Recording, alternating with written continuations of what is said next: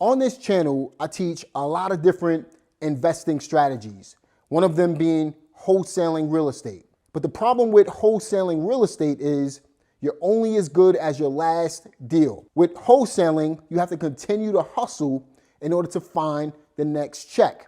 And it doesn't pay you over and over and over again. So what I want to show you today is a simple strategy that you can start using today, which I feel is just as easy as wholesaling houses. The difference is you can make some money up front, you can make some money every month, and you can make some money on the back end as well. First thing I want to talk about is how it's even possible to buy rental properties, even if you were in a position where you didn't have a lot of money or you don't have the credit to be able to do it. So the way you're going to be able to do this is through a method called owner financing.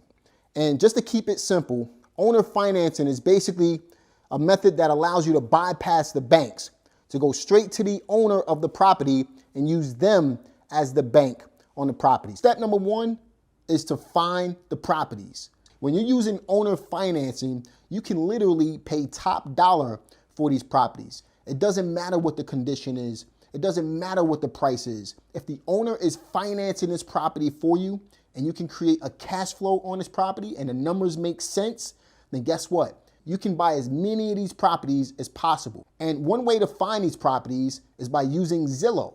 You could also use Craigslist using the same exact method. Step number two is to go ahead and pre-screen the sellers. So how do you do that? Well, an easy way for you to pre-screen the sellers is to use my property information sheet that I'm gonna link right up at the top for you. I created a video on this a little while back where I actually went through the entire seller script and I reviewed it and showed you exactly what you needed to ask the sellers in order to create any type of deal, whether it be a wholesale deal or a creative deal, just like the one we're discussing in this video. All right, so now that you have a property for sale and you've also pre-screened the seller, your next steps are to make an offer to the seller and get your agreement authorized. Now, when it comes to making your offer to the seller, what you're gonna do is use my creative offer formula. And I'm gonna go ahead and link a video up at the top that I've put together, which shows you in full detail how that creative offer formula actually works. So let me give you an example of how this actually looks. Let's just say that you have a property where the seller is asking $100,000 for the house. You're gonna offer the seller $100,000, and let's just say that they want $5,000 down. You're gonna offer them the $5,000 down, but you're gonna ask them to delay the down payment until the closing occurs. And in exchange for them delaying the down payment, you're gonna give them a $100 earnest money deposit. Now, in addition to the price and the earnest money deposit, as well as the down payment that's a part of this deal, what you're gonna do is offer the seller half of whatever the rental comps are in the area. So let's just say for this particular fictitious property that we're talking about, the rent will come in at about $1,000 per month. Then what you're gonna do is offer the seller $500 a month. And rather than mentioning the word amortization, you're gonna ask the seller if they're willing to allow you to make 120 payments to them, and then on the 121st payment, you'll pay the property off through what's called a balloon payment, or in other words, a lump sum of money to the seller up front.